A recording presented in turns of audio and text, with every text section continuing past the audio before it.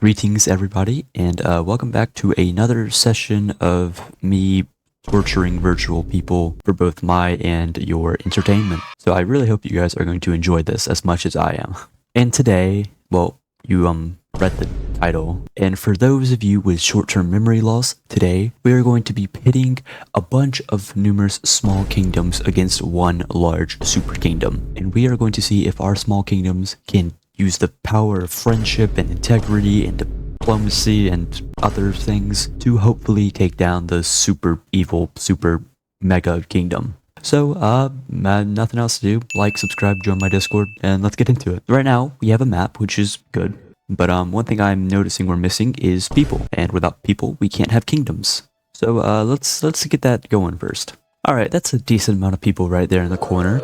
And we are going to press the big ol' unpause button and watch all of our kingdoms pop up. That's a lot more than I thought there was going to be. And now with all these little kingdoms popped up, I think it's time we go ahead and form our super kingdom, because why not? How this is going to work is I'm going to take pretty much probably these like 9 middle kingdoms right here and make them all turn into one kingdom.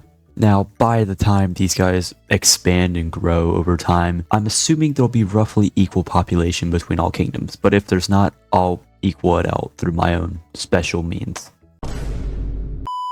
But the idea behind having all the middle kingdoms become our giant kingdom is essentially that the little alliance we're going to have is going to be able to attack from all angles. So hopefully that'll either be a big advantage for them, or maybe because it divides them up, it'll be a big disadvantage. So we'll see. Now let me go and combine these kingdoms. I'll be right back. And here we are. I have created the Obliviotic Republic. And are they really a republic? No, they're most certainly a dictatorship led by a ruthless ruler, but I just thought that a republic sounded better. Listen, if the communists can do it, we can do it too. And the Obliviotic Republic is led by King Oblivion. And the reason it's King Oblivion is because as of when I'm recording this, Oblivion is my only channel member.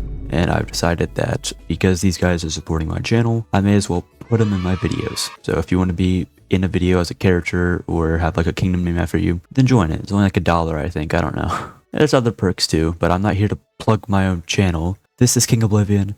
He has pretty good traits. And yes, his name is King Oblivion, so you would address him as King Oblivion. That's how his mom named him. Don't get mad. He has good traits, like a mortal, so he'll be here for a long time, hopefully. And then we have the rest of the world. Don't mind this down here. This is kind of my timeout corner I was making to help this empire expand. Let me just fill that back in real quick.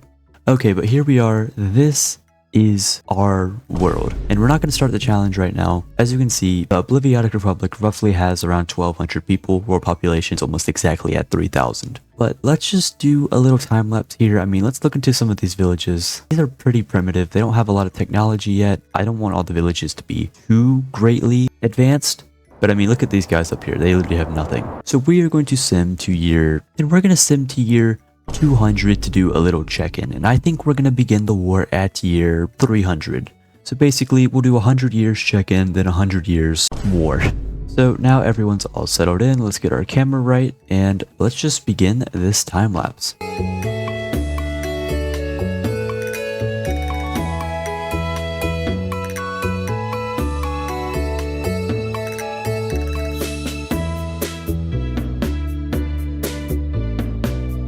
And here we are approaching year 200. There it is. And we're going to do a little check-in here. As we can see, our republic right here has a couple hundred less than half of the world population. Don't worry, we'll fix that before the war starts. And if we look into their kingdom, everything's nice and peaceful. Everything's doing alright. All the kingdoms are happy. The houses are in a nice square grid pattern. And if we look around to the other kingdoms, everyone's doing pretty alright too. However, if we click on this alliance layer button right here, we can see that every other kingdom in the world has joined an alliance that they have named the Anti-Oblivion League, which kind of sounds like the name of a group of people who really just hate Skyrim. But regardless, it's clear that they have had it up to here with the Obliviotic Republic and their shenanigans. They haven't actually done anything wrong, but maybe it's because the Obliviotic Republic have this really cool lake right here that looks like a spiral, so that's probably why. And if we actually click on the kingdom of the Obliviotic Republic, it appears that our King Oblivion has died.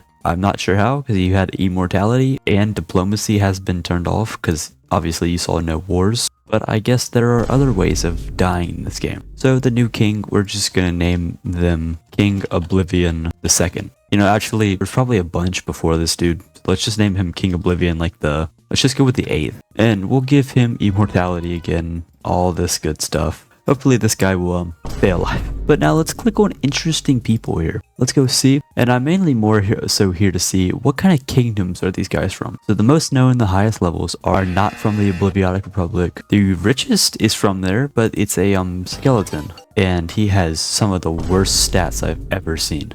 Okay, well, I guess he is a skeleton. Okay, maybe I should cut him some slack. The most kids and the most bursts are both from the Obliviotic Republic, and none of the smartest, fastest, or strongest are from the Obliviotic Republic. So all in all, it honestly looks like the Obliviotic Republic is not doing that well. I thought they would be doing better because, you know, they could work together, they could compile their resources and really, like, I don't know, do something big or something. But as of right now, they're kind of just lame. That's exactly why we are not starting the war yet. They still have 100 years to grow and develop. And when that 100 years hits, it's going to be an all-out brawl. They're going to get jumped on the top right here. They're going to get slammed on the southwest right here. And they're probably going to have a couple of naval invasions from these small little island nations too. So it is going to be a sight to see. And right before we go to year 300, I have noticed that no one's inhabited this little desert right here. And I think I know why. If I go into our subspecies layer, we can go into the Homo sapien subspecies. And if we go down to the editor, we can see that they are not currently adapted to live in the Arcane Desert. So we can just, you know, turn that on. And now this entire Arcane Desert is fair game for anyone to expand to. So with that said, we're going to watch them expand. And how about we go on the Alliance layer here as we begin our next time lapse. And you can watch the 2 population numbers right here as we continue. And then it will be time for the war.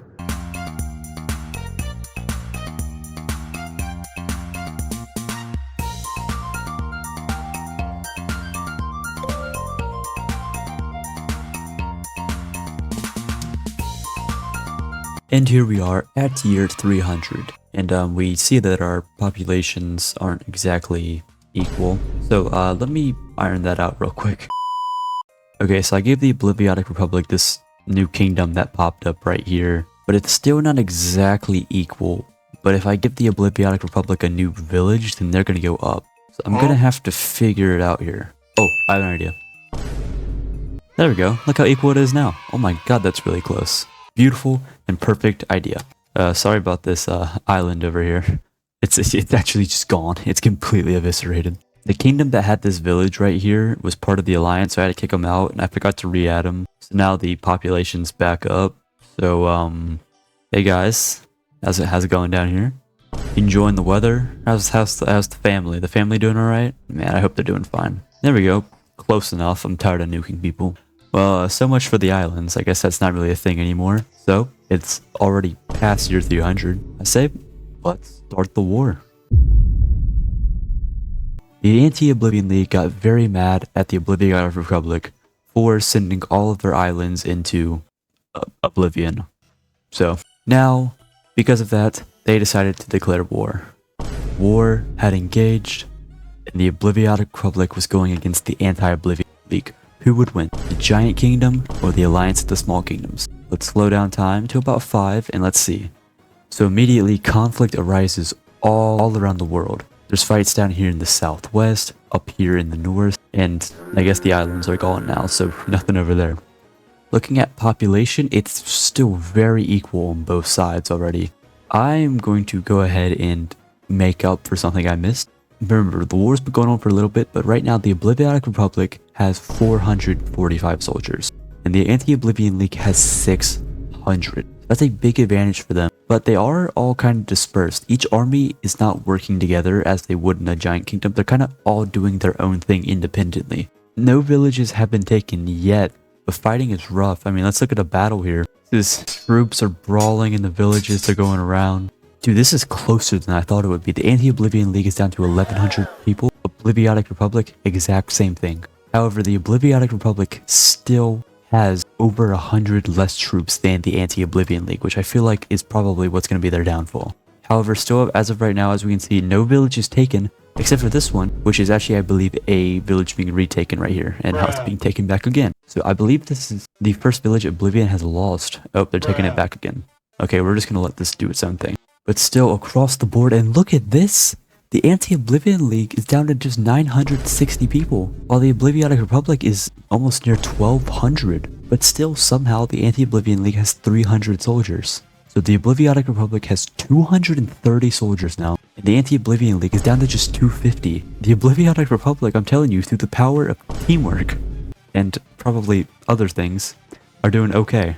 And the Obliviotic Republic is starting to take villages. This village named Opal, a really weird name for a village, is starting to crumble. The Obliviotic Republic is now nearly double the population of the Anti-Oblivion League. Oh, this is getting bad. You know, if I was the Obliviotic Republic, I would definitely like send most of my forces to like deal with the southwest first, then move them back to deal with the north. They're fighting a two-front war right here, and they're doing it pretty good. We can check the war conflict numbers here, and over 2,000 people have died. And look at this. We can see all of the attacking kingdoms here on the left and our one defending kingdom right here on the right. There were 12 original attacking kingdoms, 4 of which you can see down here are completely destroyed, with only 8 pretty weak ones left. It's lasted 16 years, and if we look at literally every single stat here, it's all in the favor of the Obliviotic Republic. It's kind of going downhill here. If we look at the people with the most kills here, we can see this person named Rymora, I think. And she has 23 kills, and she's only 28 years old. And I mean, I can see why. Look at her traits. She's fast, she's strong, she's tough, she's a flesh eater, a boosted vitality, giant, and obviously a veteran trait. This person's insane. I'm gonna favor them. I think this is actually just like a tank. With studs like that on your team, there's no wonder why the Obliviotic Republic is doing so well. We're gonna speed up time a bit more here. We see even more fighting going on, but it looks like the Obliviotic Republic kind of holding back. They're kind of just gathering their strength here. They've taken over essentially half the world here. They have the entire right half to themselves, and they only have to deal with the left half, but they are literally just not doing anything with their troops.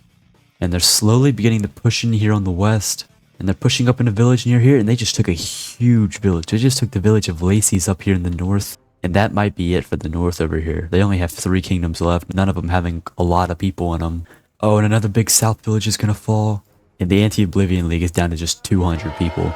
While the Obliviotic Republic is getting stronger, now up to over 400 troops. And we can actually see our warrior in here causing chaos over here in the Anti-Oblivion League right here, as she actually helps take the final 2 villages here, as we are down to just 2 remaining kingdoms and villages. Ironically, one of them is actually named Win, but yeah, these guys are not winning. And oh my god, our person's back again down here in the south. Do you see him? And as the final village is about to fall right here, we're going to get one final count and the war stats. And the war has now been going on for 37 years, right as it ends. 3,000 people died. 1,600 on the Anti-Oblivion League, 1,400 on the Obliviotic Republic. Look at all these fallen kingdoms here, all of which were no match for the Obliviotic Republic. And that war is finally over, and peace has been achieved. The entire world is now a member of the Obliviotic Republic. And let's take a look at our final person here. Rymora. She finished with 36 kills.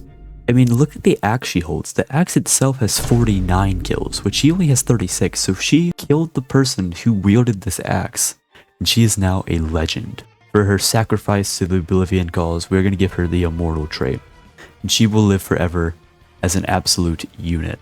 And that is where this video was ended. I love doing these videos where the battles are actually close and they could go either way. At first, I thought the Anti-Oblivion League was going to crush these guys, but it's clear that they were just too disorganized. They were kind of like a confederacy. They were like a loose alliance and they couldn't get along well. That led to their ultimate fall. Make sure to like, subscribe, join my Discord, and like I said, become a channel member if you want to, like, you know, get your name on videos or support or get a shout out or whatever. And I'll see you guys in the next one. Farewell.